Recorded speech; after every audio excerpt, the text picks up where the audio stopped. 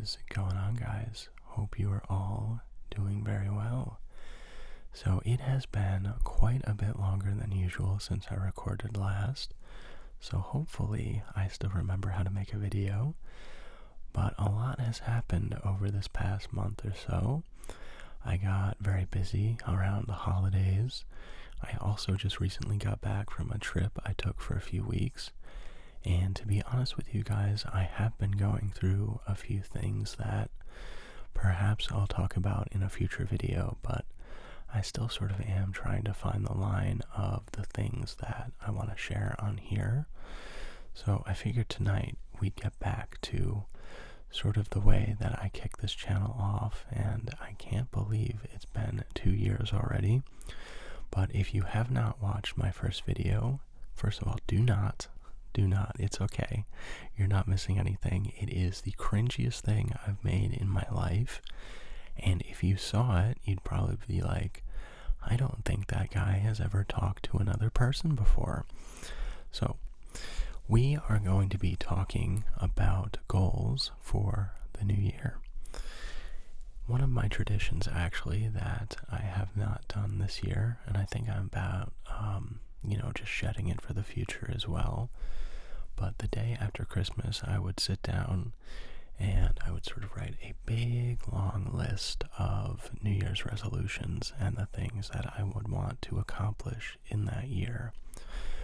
Which, looking back on it, I did not do the vast majority of them because they were so overwhelming and daunting that you just sort of don't set yourself up for success to begin with.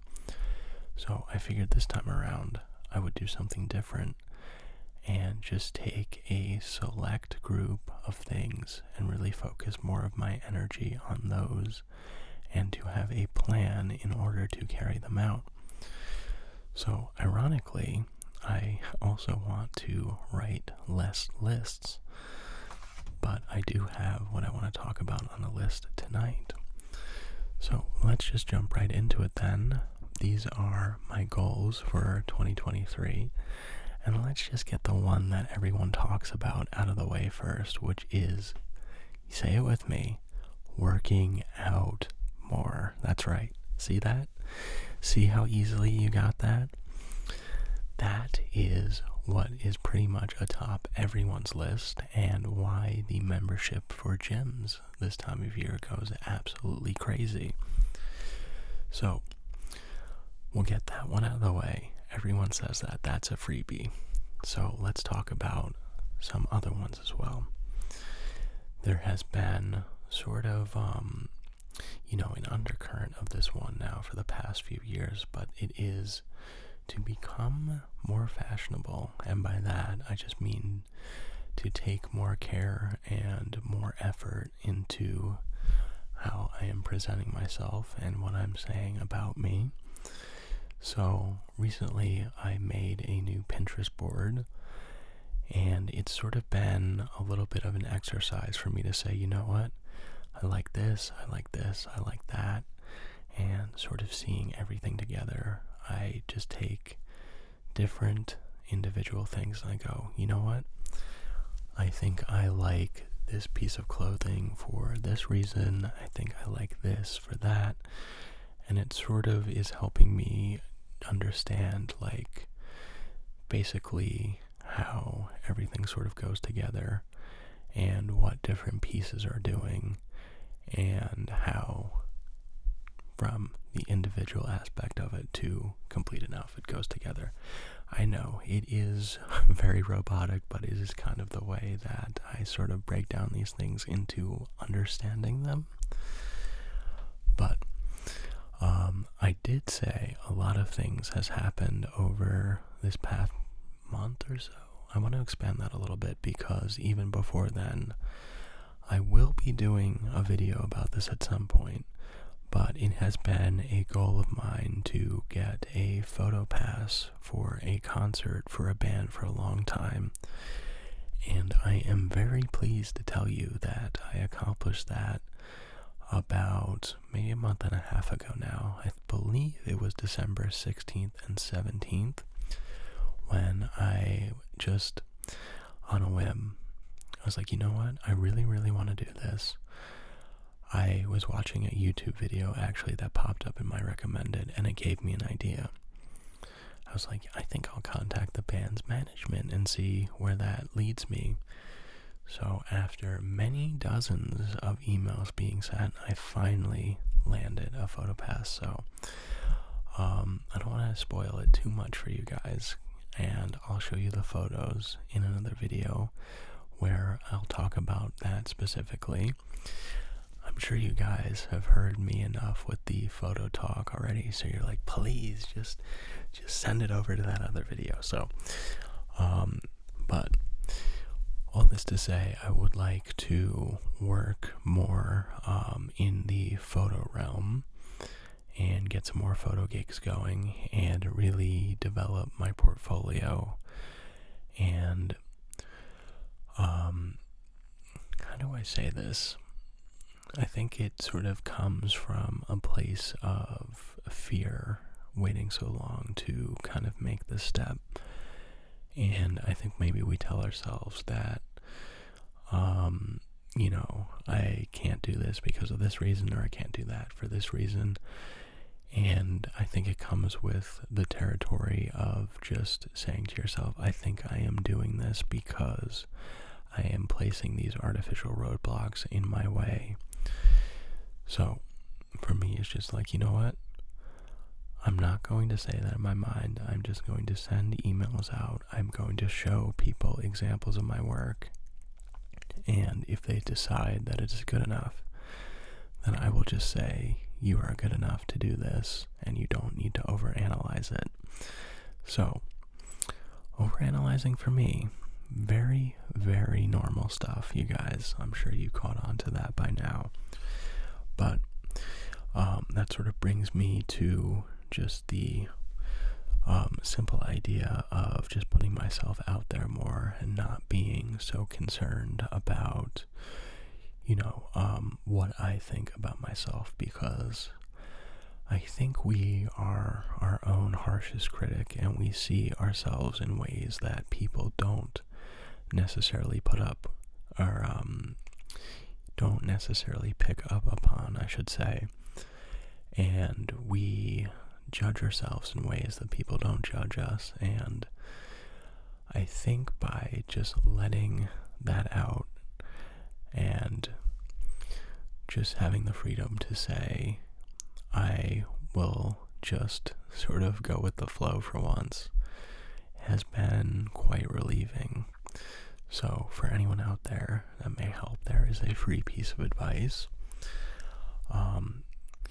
It's interesting how I wrote these and how one sort of leads to the next, but it just has doing things that scare me written down. So I think that sort of falls into the same category of things. And it is very interesting to see the way that these patterns are unfolding. So I think these three can sort of be rolled into one, which is just trusting in yourself more, or for me, trusting in me more, and just being able to get out of my own way.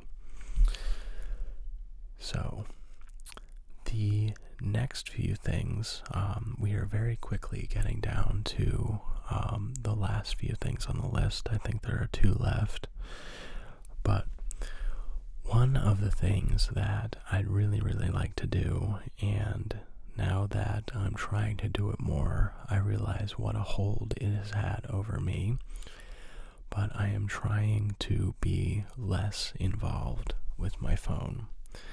And as I say that, it is literally right next to me. So, something fairly ironic about that. But lately what I've been doing is, during the day especially, I've been trying to leave my phone as far as possible away from my workspace.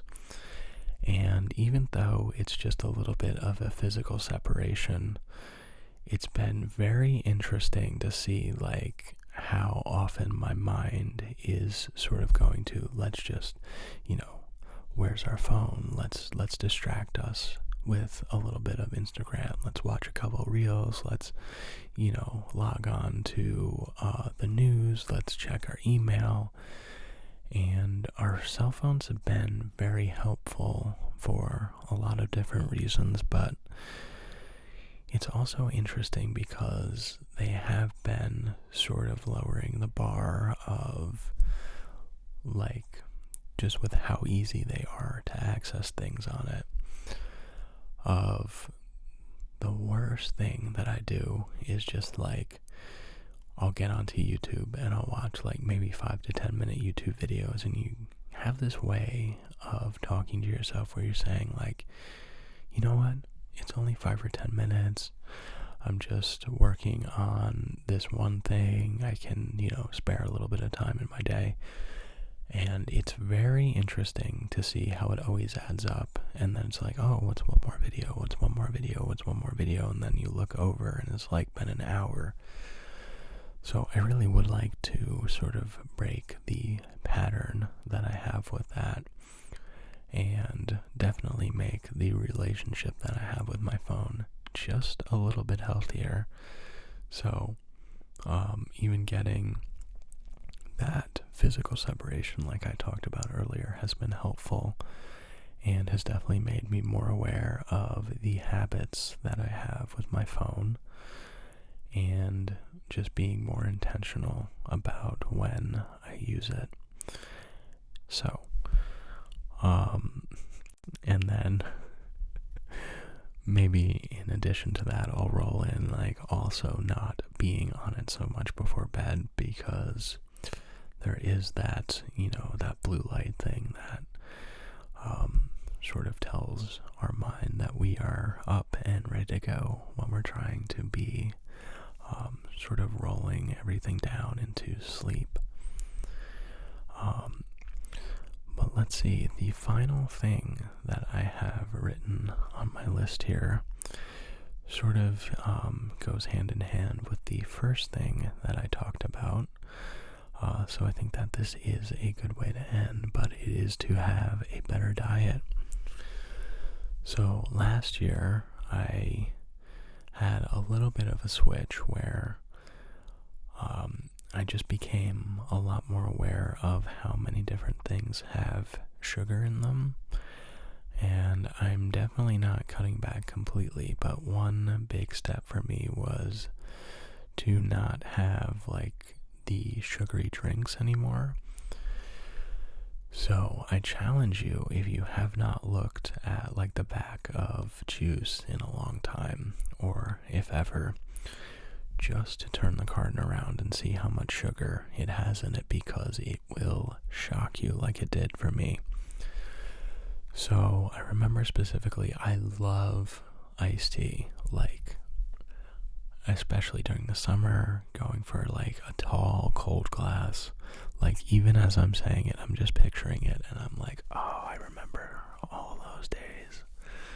And like if I knew I wasn't drinking iced tea now, I would have like extra appreciated it. But I've gone to drinking like seltzer and water basically exclusively. I do still have the coffee, but I'm trying to cut down a little bit more on the caffeine as well. But if you're like me, just quitting things cold turkey doesn't really work out well. Like I had a few days where I would say, you know what, I'm not going to drink the iced tea anymore. I'm not going to have the orange juice. The juice is out of the question. And then like, a few days would go by and then, you sort of lose your grip slightly. And then you're like, well, what's a half glass? And that's always what gets me.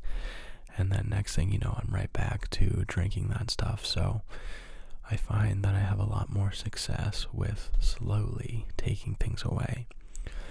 So while I've cut out like juices, soda, like that stuff, I think the next step for me is to really examine more about exactly what I'm eating and what goes into my body, becoming more aware of processed food, not to cut it out entirely, but just to cut back on it. And I've started a little bit now, like with ice cream, with desserts, with snacking, just to really curb that and to continue just taking these things out of my diet over the long term that I know isn't good for me, and instead increasing things that are like fruits, vegetables, like chicken, that stuff, just to, especially now that, here we go, now that I'm getting older. I know I hate saying that, but you know when cliches start to become true and your parents tell you them for the longest time, and for a while they're not true, but eventually you start noticing that they are, and you're like, oh, I hate that my parents are right, but like my metabolism, it's still good, but it's not exactly what it used to be. So just the way that I used to eat has sort of been catching up with me for a little while. And I don't think you have to wait till things are just out of control to make a change. So I put on a little bit of weight, not too much. So I'm just starting to notice it and wanting to curb that, and just sort of for the long term really just rein it in a little bit more. So I think these are a good list of things to start with. I don't think also you have to wait to New Year's to make resolutions, but I don't think it's ever too late either.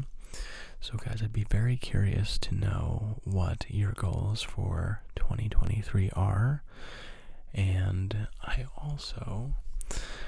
I'll be challenging myself to do new things, and I hope that you will join me.